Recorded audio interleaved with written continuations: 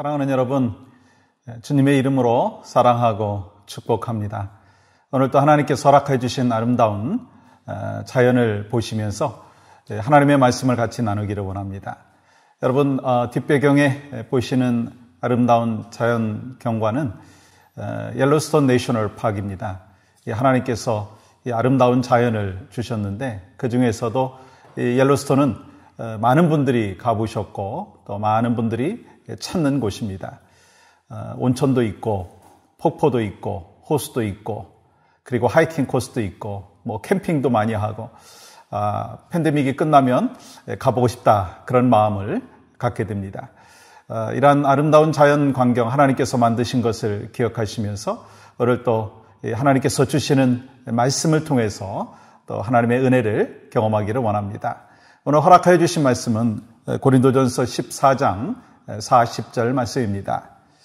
모든 것을 품위 있게 하고 질서 있게 하라. 질서 있게 하라.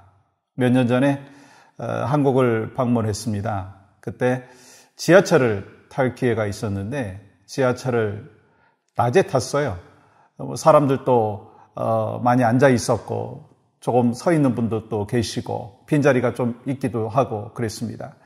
근데 이제 스테이션에 이제 도착을 하고 사람들이 내리고 타고 하는 과정 속에서 어느 분이 갑자기 타더니 이렇게 얘기하는 거예요. 권사님, 여기 자리 났어요.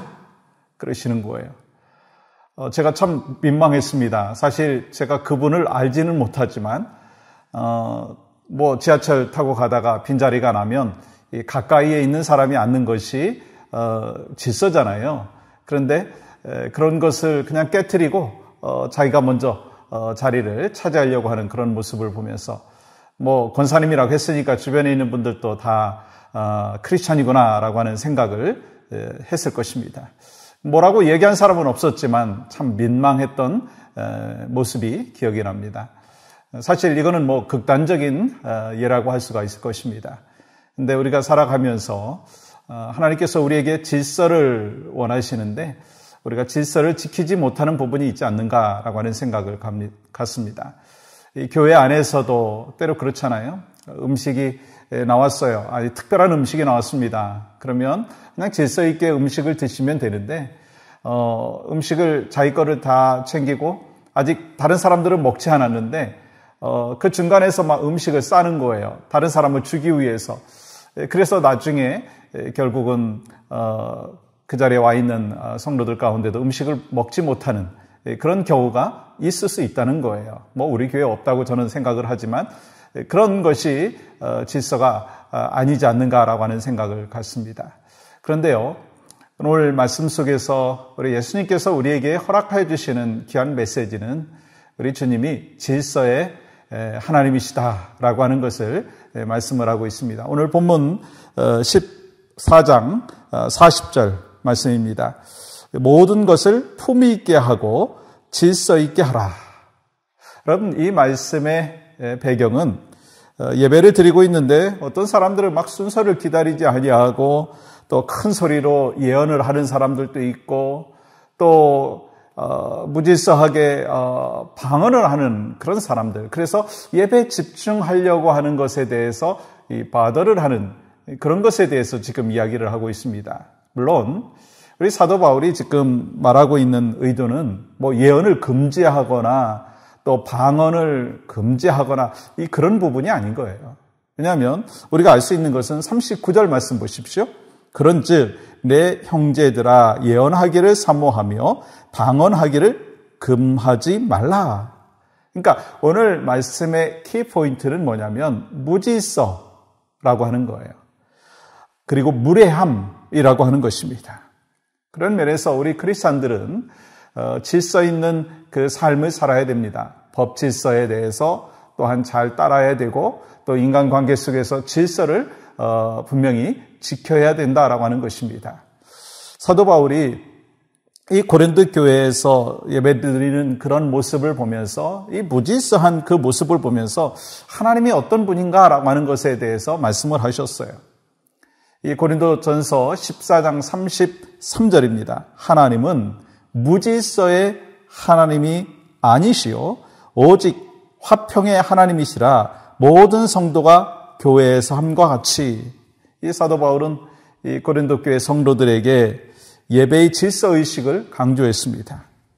우리에게도 말씀하시는 귀한 메시지가 있는 것을 보게 됐죠. 하나님은 질서의 하나님이다 라고 하는 거예요. 마찬가지로 예수님께서도 이 질서에 대해서 참 많이 강조하시고 이 질서를 지키는 것에 대하여서 또 실질적으로 가르치실 뿐만 아니라 그것을 행할 수 있도록 안내를 해주셨던 것을 볼 수가 있습니다. 우리가 이 복음서에서 오병이어의 기적을 우리가 알고 있잖아요. 보리떡 5개와 물고기 2마리로 5,000명을 먹이신 거예요. 그리고 여성과 그리고 어린아이를 포함하면 2만 명이나 되는 그러한 많은 사람들에게 먹을 것을 제공을 해 주시죠. 물론 그것이 먹을 것만의 이야기가 아니라 그 귀한 기적을 통해서 그 표적을 보여주신 것이죠. 하나님이 또한 정말 그 독생자 예수 그리스도이신 예수님을 보내주심으로 또 예수님께서 메시아인 것을 또한 깨닫게 하기 위함이었습니다. 근데 그 2만 명이나 되는 그 사람들에게 음식을 제공할 때 어떻게 우리 예수님께서 하셨는가? 누가복음 9장 14절 말씀 보세요. 이는 남자가 한 5,000명 되밀어라. 제자들에게 이르시되 때를 지어 한 50명씩 앉으라 하시니. 여러분, 지금 그 많은 사람들에게 주님께서 떡을 제공을 하시는데 떡을 떼서 제자들을 통해서 나눠주는데 그냥 막 줄어섰다고 생각을 해보십시오. 새치기 하는 사람들도 있을 수 있고요. 그리고 또 막 신경질 내는 사람들도 있을 수 있습니다. 그런데 주님이 약 50명씩 무리를 짓게 만드시고 또 그 질서 가운데 또 떡을 그리고 또 물고기를 나눠주시는 그 주님의 메시지, 주님의 지혜를 배울 수 있고 이것이 바로 주님께서 우리를 향하여서 질서 있게 살아라 라고 하는 그 메시지에 포함된다 그렇게 생각을 합니다. 그러므로 우리가 질서를 존중하면서 살아가는 것이 필요하죠. 예수님께서 그 질서를 지키셨듯이 예수님께서 그 질서가 습관이셨듯이 우리도 그렇게 습관을 들여야 된다라고 하는 거예요. 여러분, 마귀는요 헬라어로 디아볼로라고 합니다. 디아볼로. 디아라고 하는 것은 사이에라고 하는 의미가 있고 볼로라고 하는 것은요 던지다라고 하는 것입니다. 그러니까 이 마귀는 디아볼로는 사이에 끼어들어 흩어놓다라고 하는 거예요. 다시 말하면 무질서라고 하는 것입니다. 관계를 깨트려 놓고 질서를 깨트려 놓고 분쟁을 만든다라고 하는 거예요. 대신에 우리 주님께서는 그 질서를 강조하셨던 것을 오늘 말씀을 통해서 확인할 수가 있습니다. 그럼 우리가 예수님의 습관에 대해서 계속해서 나누고 있는데 우리 주님이 질서의 하나님이신 것을 오늘 말씀을 통해서 가르쳐주고 있습니다. 그런데 마귀는, 죄는 질서를 파괴하는 거예요. 그렇다면 우리가 어떻게 예수님의 습관을 내 삶의 습관으로 받아들일 수 있는가? 그것은 바로 성령의 충만한 은혜가 있고 주님께서 사셨던 그 삶을 나도 그렇게 살아야 되겠다라고 하는 결단과 성령의 도우심이 있을 때 그것은 가능한 줄 믿습니다. 우리가 하나님 안에서 인간관계 속에서 또 조직 속에서 질서를 지킬 뿐만 아니라 오늘 뒷배경에 보시는 이 아름다운 옐로스톤의 그 아름다운 모습이 자연 질서를 우리가 잘 지켰을 때 또한 계속해서 보존할 수 있고 우리는 그 자연을 통해서 또 아름다운 그 삶을 또 누릴 수 있는 그런 모습이 아니겠습니까?